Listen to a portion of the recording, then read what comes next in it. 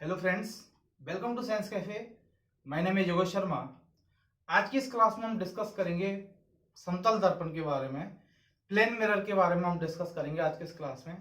तो चलिए क्लास को स्टार्ट करते हैं। आपने चैनल को अभी तक सब्सक्राइब नहीं किया है तो सब्सक्राइब करें, अपने दोस्तों को भी शेयर करें, ठीक है। तो चलिए आज का टॉपिक जो है हम स्टार्ट करने जा रहे हैं समतल दर्पण। समतल दर्पण जिसको हम प्लेन मिरर भी बोलते हैं। क्या बोलते हैं? Plane mirror. प्लेन मिरर, समतल दर्पण। लास्ट जो क्लास थी उसमें हमने रिफ्लेक्शन पढ़ा था। किसका? लाइट का, परावर्तन, है ना। जहां पर हमने समतल दर्पण जो है उसको ही यूज लिया था। एक समतल सतह पर जो सनलाइट की जो रेज है वो आती हैं और टकराने के पश्चात एक निश्चित डायरेक्शन में या एक डायरेक्शन में कहीं ना कहीं लौट जाती हैं। तो वो जो घटना है वो घटना क्या कहलाएगी? परावर्तन कहलाएगी, है ना। बात कर रहे हैं समतल दर्पण के बारे में। किसके बारे में? समतल दर्पण के बारे में बात कर रहे हैं। प्लेन मिरर के बारे में हम बात कर रहे हैं, है ना। किसके बारे में बात कर रहे हैं? प्लेन मिरर के बारे में हम बात कर रहे हैं। तो आप जानते हैं कि समतल दर्पण जो है उसमें एक भाग जो होता है वो रिफ्लेक्टर का काम करता है, परावर्तक का काम करता है, ठीक है। जैसे मान लो ये कोई एक समतल दर्पण है। क्या है? समतल दर्पण। ये एक समतल दर्पण है। इस समतल दर्पण में जो परावर्तक पृष्ठ है, क्या? जो परावर्तक पृष्ठ है वो कौन सी है? ये वाली है। क्या है? परावर्तक पृष्ठ। आपके घरों में जो दर्पण है, जो मिरर है जिसमें आप अपना चेहरा देखते हैं, वो कहीं ना कहीं समतल दर्पण ही है, जिसमें एक भाग जो है पीछे से पॉलिश किया होता है और एक भाग जो है प्रकाश की किरणों को परावर्तन करने का काम करता है, परावर्तक का कार्य करता है। ये बस समझ में। जैसे आपने वहां पर देखा था लास्ट क्लास में, कोई सनरेज आई और ये सनरेज आने के पश्चात एक निश्चित डायरेक्शन में यहां पर लौट गई, ठीक है। ये जो भाग है ये पॉलिश किया हुआ भाग है, ठीक है। और जो भाग रिफ्लेक्ट करने का काम कर रहा है वो ऊपर ऊपर वाली सतह है, ठीक है। मतलब आई समझ में। समतल दर्पण जो है ये परावर्तक का काम करता है और इसमें जो परावर्तन होगा वो एक सतह के द्वारा होगा। यदि दोनों तरफ से सतह पारदर्शी हुई तो सनलाइट जो है वो आर पार हो जाएगी, अर्थात रिफ्लेक्टर जो यहां पर जो है परावर्तन नहीं देखा जा सकता। देखा जा सकता है क्या? यदि कांच है केवल जो पारदर्शी है तो सनरेज आएंगी और वो उस कांच में से या उस मिरर में से होकर जो है वो कहीं ना कहीं बाहर निकल जाएंगी। रिफ्लेक्शन जो है वहां पर नहीं देखा जाएगा। बात आ रही होगी आपको समझ में। तो यहाँ पर आपको इतना याद रखना है कि समतल दर्पण में दर्पण का एक पृष्ठ जो है वो परावर्तक का काम करता है ना। ऐसा दर्पण क्या कहलाएगा? समतल दर्पण कहलाएगा। बात करें हम समतल दर्पण के बारे में, तो समतल दर्पण से बनने वाला जो प्रतिबिंब है, क्या? समतल दर्पण से बनने वाला जो प्रतिबिंब है, माना कि ये वस्तु है। क्या है? वस्तु। समतल दर्पण पर बनने वाला जो प्रतिबिंब है वो कहीं ना कहीं अपने प्रतिबिंब को 180 डिग्री पर रिफ्लेक्ट करता है। कितने पर? 180 डिग्री पर। कितने पर रिफ्लेक्ट करता है? 180 डिग्री पर। 180 डिग्री पर ये जो है प्रतिबिंब क्या होता है? रिफ्लेक्ट होता है। वस्तु का जो प्रतिबिंब है जो बनेगा वो 180 डिग्री पर क्या होता है? रिफ्लेक्ट होता है ना। यही बात समझ में। देखो ये समतल दर्पण है, ठीक है। ये आपतित किरण, ये परावर्तित किरण, ये इन दोनों के बीच में क्या है? अविलंब। और आप इसको ये मान सकते हैं कि ये 90 डिग्री, ये 90 डिग्री। तो ये जो पूरा प्लेन जो हो गया यहां से लेकर यहां तक वो 180 डिग्री हो गया। हो गया? नहीं हो गया? ठीक है। तो समतल दर्पण से बनने वाला जो प्रतिबिंब है वो कहीं ना कहीं 180 डिग्री पर क्या होता है? रिफ्लेक्ट होता है, ठीक है। इतनी बात आपको समझ में आ गई होगी। आगे चलते हैं। समतल दर्पण के बारे में हम पढ़ रहे हैं। तो भाई समतल दर्पण से बनने वाला जो प्रतिबिंब है वो कैसा होगा, है ना। यहां पर लिखते हैं हम समतल दर्पण से, समतल दर्पण से प्रतिबिंब। एक समतल दर्पण है। आपके घरों में जो दर्पण है, जो मिरर है, वो समतल दर्पण ही है, याद रखो आप, ठीक है। समतल दर्पण में बनने वाला जो प्रतिबिंब है वो वस्तु से उतनी ही दूरी पर बनता है जितनी दूरी पर वस्तु रखी हुई है। ठीक है, वस्तु का साइज जितना बड़ा है प्रतिबिंब में भी वस्तु का साइज जो है उतना ही दिखाई देगा। लेकिन यहां पर एक चीज समझने की है कि समतल दर्पण में जब प्रतिबिंब बनता है तो वस्तु का दायां भाग बायां और बायां भाग जो है वो दायां दिखाई देता है। इस घटना को हम पार्श्व प्रतिलोम कहते हैं। क्या कहते हैं? पार्श्व प्रतिलोम। जैसे आपका ये जो हिस्सा है वो इधर दिखाई देगा और ये वाला हिस्सा इधर दिखाई देगा। ये घटना क्या कहलाएगी? पार्श्व प्रतिलोम कहलाएगी। क्या कहलाएगी? पार्श्व प्रतिलोम कहलाएगी। ये जो है आपसे कई बार क्वेश्चन जो है यहां से पूछा जाता है कि पार्श्व प्रतिलोम कैसे कहते हैं। तो याद रखना, समतल दर्पण में देखने पर जब वस्तु का बायां भाग दायां और दायां भाग जो है बायां दिखाई दे तो वो घटना क्या कहलाएगी? पार्श्व प्रतिलोम कहलाएगी। ठीक है, समतल दर्पण से जब प्रतिबिंब का निर्माण होता है तो क्या होता है? प्रतिबिंब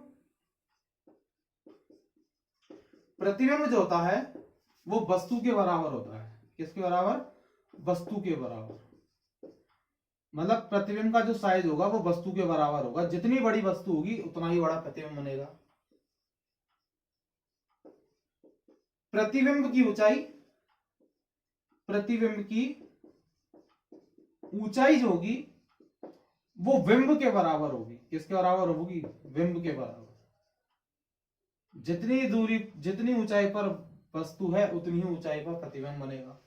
ठीक है, तीसरा जो पॉइंट है वो है पार्श्व प्रतिलोम। क्या? पार्श्व प्रतिलोम। ये क्या है? पार्श्व प्रतिलोम याद रखना, समतल दर्पण में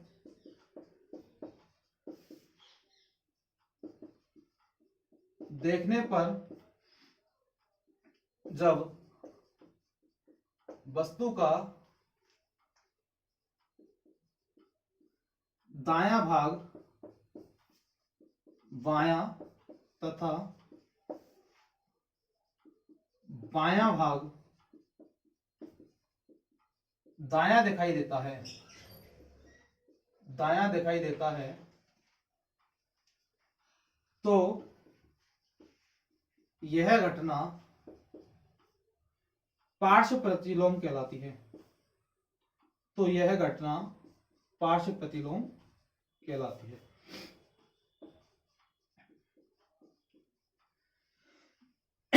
सॉरी, मतलब आपके शरीर का जो दायां भाग है वो बायां और बायां भाग जो है वो यदि दायां दिखाई देता है तो ये घटना क्या कहलाती है? पार्श्व प्रतिलोम कहलाती है। कई बार क्वेश्चन जो है यहां से पूछा जाता है। ठीक है, कॉम्पिटिटिव एग्जाम में पूछा जाएगा, आपकी बोर्ड एग्जाम्स में भी यहाँ से क्वेश्चन जो है पुटअप किया जा सकता है। तो ये चीज आपको बात आ गई समझ में। ठीक है, अब समतल दर्पण के बारे में कुछ पढ़ते हैं। ठीक है, आप स्क्रीनशॉट ले सकते हो। ठीक है, चलते हैं आगे। समतल दर्पण जो है, बात करें हम बेसिकली, तो यदि एक समतल दर्पण है, एक प्लेन मिरर है, तो उससे वहां बनने वाले जो प्रतिबिंब है वो भी क्या होगा? एक ही होगा। क्या होगा? समतल दर्पण यदि एक है तो बनने वाला जो मिरर, जो प्रतिबिंब है वो भी कैसा होगा? एक ही होगा। सीधी सी बात है। जब आप अपने घर के दर्पण में देखते हैं, मिरर में देखते हैं, तो आप एक ही दिखाई देते हैं क्योंकि एक ही मिरर है, वहां पर एक ही दर्पण है। ठीक है, लेकिन जब दो या दो से अधिक या एक से अधिक दर्पण जब होते हैं, थीटा कोण पर जब होते हैं दोनों, तो वहां पर जो है बहु प्रतिबिंब जो है हमको देखने को मिलता है। एक से ज्यादा जो प्रतिबिंब है वो वहां पर हमको देखने को मिलते हैं। ठीक है, यही बात समझ में। एक से ज्यादा प्रतिबिंब जो है हमको वहां पर देखने को मिलते हैं। ठीक है, बहु प्रतिबिंब देखा जाता है वहां पर। बात करें हम 180 डिग्री पर यहाँ पर रिफ्लेक्शन हो रहा है, तो कई बार घड़ी से लेकर जो है सवाल पूछे जाते हैं, है ना। होता क्या है कि समतल दर्पण में जब हम घड़ी का प्रतिबिंब देखते हैं, घड़ी जो टाइम बता रही होती है उसका जब प्रतिबिंब देखते हैं तो वो 12 घंटे जो है वो आगे बताती है ना, प्रतिबिंब में। किसमें? प्रतिबिंब में। जैसे ऐसे समझो कि 12 घंटे पर रिफ्लेक्ट करती है ना। जैसे ये समतल दर्पण है। क्या है? समतल दर्पण है। ये एक समतल दर्पण है। ठीक है, इधर घड़ी है और इधर जो है वो रिफ्लेक्शन हो रहा है। ठीक है, परावर्तन हो रहा है। तो परावर्तन जब होगा यहां पर, तो परावर्तन होते समय 12 घंटे जो है वो आगे टाइम बताएगा। कितना? 12 घंटे आगे टाइम बताएगा। जैसे मान के चलो एग्जाम्पल के रूप में कोई घड़ी है, वो 6:30 का टाइम बता रही है। कितना? 6:30 का टाइम बता रही है। 6:30 का टाइम है किसी घड़ी में, तो प्रतिबिंब में इसका टाइम बताइए। प्रतिबिंब में कितने बजे आ रही होगी? प्रतिबिंब में समय है ना। तो आपको क्या करना है, 12 बजे जो है, जिसको हम लिखते हैं 11:60, ठीक है, इसमें से आपको क्या करना है, 6:30 को माइनस कर देना है। ठीक है, 11 में से 6 गए तो कितने बचे? 5। ठीक है, तो प्रतिबिंब में जो समय है वो क्या होगा? 5:30 होगा। क्या होगा? 5:30 होगा। अब यहां पर आपको ये समझने की बात है कि 6:30 हो रहे हैं, तो इससे आगे 7-8 ही आएगा। ठीक है, 5 कब आएगा? जब 12 घंटे का टाइम कंप्लीट होगा, तब क्या आएगा? 5:30 आएगा। यहां पर माना कि AM है, तो यहां पर क्या मान लो? PM मान लो। ठीक है, ये आएगा समझ में। एक और क्वेश्चन देखो, क्वेश्चन लिखता हूं। यदि किसी घड़ी में समय 2:40 है, तो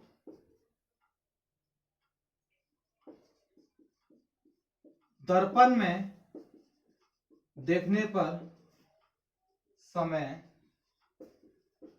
कितना दिखाई देगा? कितना दिखाई देगा? 2:40 है, क्या करना है? 11:60 में से माइनस करना है। किसको? 2:40 को। यहां पर आ गया 20। ठीक है, और यहां पर कितना आ गया? 9 आ गया, है ना। 9:20 हो रहे होंगे। ठीक है, तो 12 घंटे पर क्या करेगा? रिफ्लेक्ट करना है आपको, माइनस इसमें से करना है। ये चीज आपको याद रखनी है। 11:60 में से आपको क्या करना है? माइनस कर देना है। ठीक है, तो ये समतल दर्पण से लेकर जो है क्वेश्चन कई बार पूछे जाते हैं। ठीक है, आगे होगी आपको बात समझ में लगता है। आगे करते हैं बात किसकी? एक समतल दर्पण हो तो एक ही प्रतिबिंब बनता है, लेकिन जब एक से अधिक समतल दर्पण हो तो वहां पर जो है अनेक सारे प्रतिबिंब जो है वहां पर बनते हुए हमें दिखाई देते हैं। दिखाई देते हैं, नहीं देते हैं? ठीक है, तो यहां पर देखो, थीटा, थीटा जो है वो वहां पर हम निकालते हैं। ठीक है, जब एक से अधिक समतल दर्पण, जब एक से अधिक समतल दर्पण थीटा कोण पर हो, कोण पर हो, ठीक है, मान लो, ठीक है, ये थीटा कोण है ना। समतल दर्पण है, एक समतल दर्पण ये है, एक समतल दर्पण ये है। थीटा कोण पर जो है मिलते हैं, याद रखो। यहां पर आपको याद ये रखना है चीज कि 360/थीटा ये फॉर्मूला है। कैसे निकला? एक समतल दर्पण 180 डिग्री पर जो है रिफ्लेक्ट करता है, तो दो समतल दर्पण मिलकर 360 डिग्री पर क्या करेंगे? रिफ्लेक्ट करेंगे। ठीक है, दो समतल दर्पण आमने सामने हैं। कैसे हैं? आमने सामने हैं एक दूसरे के। आप सैलून की दुकान पर गए होंगे तो वहां पर जो एक पीछे, एक दर्पण तो आपके पीछे होता है और एक दर्पण आपको आगे दिखाई देता है। आपको वहां पर एक से अधिक प्रतिबिंब आपको बनते हुए दिखाई देते हैं। देते नहीं देते? तो यहां पर क्या होता है, आपको एक चीज याद रखनी है, प्रतिबिंब जो है वो सम और विषम संख्या बनेंगे। किसमें? सम और विषम में। यदि प्रतिबिंब सम संख्या बनते हैं तो 360/थीटा -1 फॉर्मूला लगा देना है ना। यदि प्रतिबिंब 4 बनते हैं, 6 बनते हैं, 8 बनते हैं, तो 360/थीटा -1 करना है। विषम की स्थिति में, विषम की स्थिति में जब वस्तु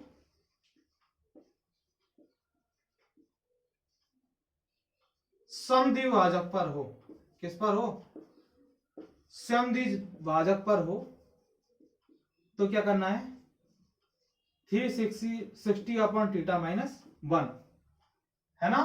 और समद्विभाजक पर ना हो तो 360 अपॉन थीटा, 360 अपॉन थीटा, ये आपको यहां पर याद रखना है। यही बात समझ में।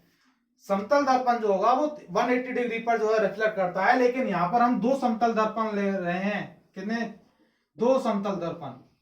तो दो समतल दर्पण जो है कितने डिग्री पर रिफ्लेक्ट करेंगे, 360 पर करेंगे, ठीक है। थीटा क्या है, जब दो समतल दर्पणों के द्वारा जो बन रहा है कोण वो क्या है, थीटा। क्या, दो समतल दर्पण के द्वारा, दो समतल दर्पण द्वारा निर्मित कोण वो क्या है, थीटा है, ठीक है। एक क्वेश्चन लेते हैं यहां पर, उसके थ्रू समझते हैं।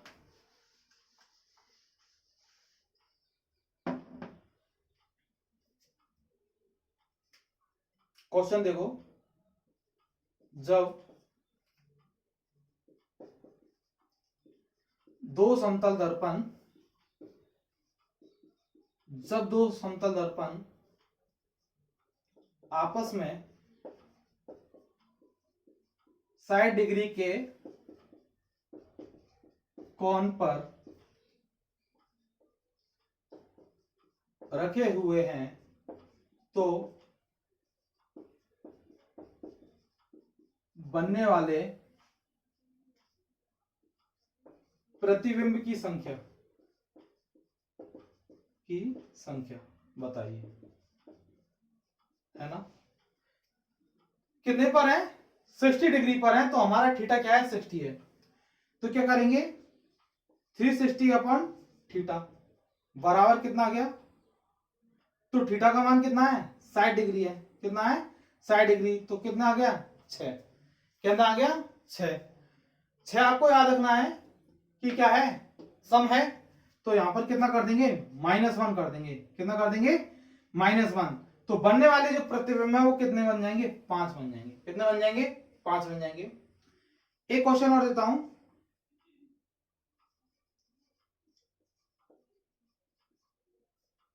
जब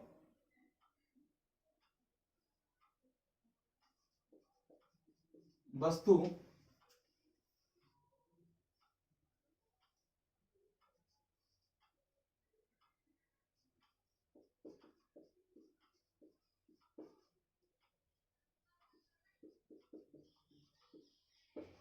दो समतल दर्पणों के,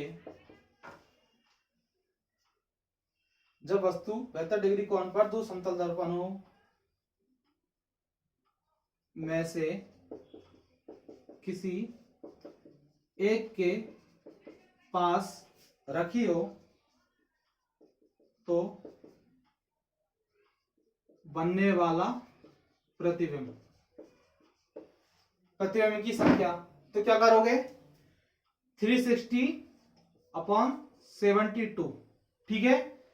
समद्विभाजक पर है तो माइनस करना है, लेकिन यहां पर समद्विभाजक पर नहीं है, किसी एक दर्पण के पास में है, किसी एक दर्पण के पास में है, तो क्या करेंगे, 360 अपॉन 20, तो यहां पर कितना हो जाएगा, 36 तो नहीं 72 होता है, आप जानते हैं, ठीक है।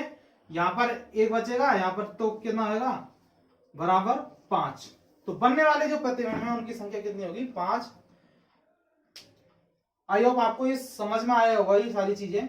360 अपन ने क्यों लिखा है, क्योंकि दो प्लेन मिरर जो है हम यहाँ पर देख रहे हैं, दोनों प्लेन मिरर आपस में थीटा डिग्री का कोण यहाँ पर बना रहे हैं, ठीक है।